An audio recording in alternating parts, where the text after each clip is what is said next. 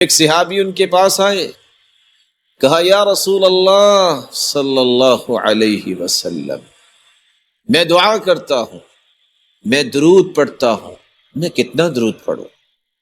کیا میں دعا کے اندر درود پڑھتے پڑھتے درود کی کیفیت یہ ہو کہ میں آدھا درود پڑھوں تو کافی ہے؟ قال فإن زدت فهو خیر لک، اگر تم درود زیادہ پڑھو تو اور اچھا ہے۔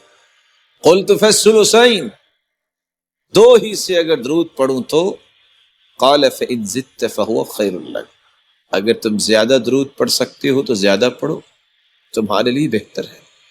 قلت، میں نے کہا اگر میں درود ہی پڑھتا رہوں تو رسول اللہ صلی اللہ علیہ وسلم نے فرمایا اذن تکفی ہمک ویغفر لک ذنبک، اگر تم درود ہی پڑھتے رہو تو زندگی کے سارے غم بھی تمہارے دور ہو جائیں گے اور تمہارے سارے گناہوں کو بھی معاف کر دیا جائے گا۔